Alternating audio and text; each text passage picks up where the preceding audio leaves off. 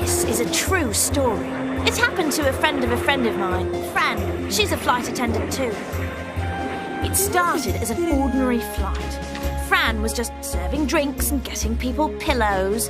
The captain was one of those old-timers with nerves of steel. But his co-pilot was straight out of the academy. The kind of guy who falls to pieces the first time the oxygen masks pop down. So anyway, they're about an hour out of Istanbul on their way to Singapore when the co-pilot excused himself and headed for the facilities. But the thing is, the guy just didn't come back.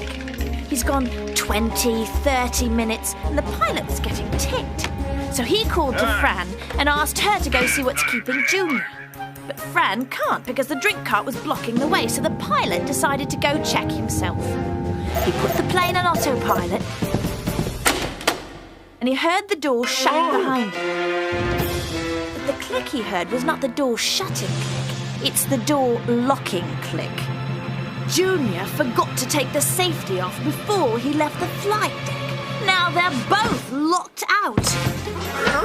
Then some lady spotted the pilot tugging at the cockpit door and she lets out this huge scream. Oh! No one's flying the plane! So now Fran got everyone back to their seats, tried to calm the most hysterical and started helping the captain get back to the flight deck so he could steer the plane. The captain and Fran tried putting a shoulder to the door. The big guy in the front row gave them a hand. No go. An old lady near the back got the idea of maybe taking the hinges off, but the tools were in the cockpit. When they looked through the little peephole into the cockpit, what they saw up ahead was this huge mountain peak, and the plane was heading straight for it. All of a sudden, this guy stood up and said that he could pick any lock going as long as someone let him out of these. But before you know it, this criminal, who happened to be a safecracker, was at the cockpit door asking for something to pick the lock with. People were throwing him paper clips and nail files, and a nun tossed him some bobby pins from her headgear, but everything was either too big or too small. And when the plane hit another air pocket, the kid, who was air sick the whole time, got tossed out into the aisle. And that's when the safecracker spotted him.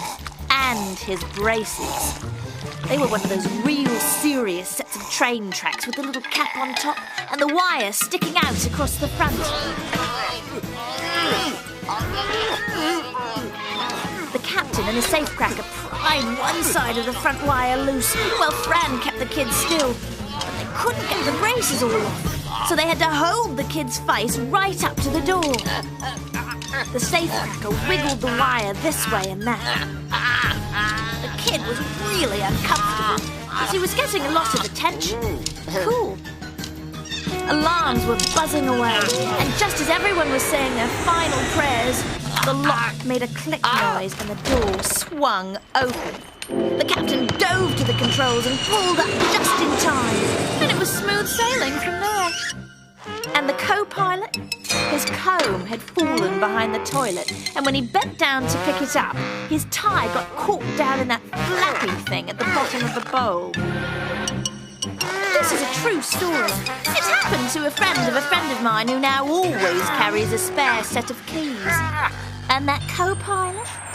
He's driving the number 7 bus between Palmdale and Pacoima.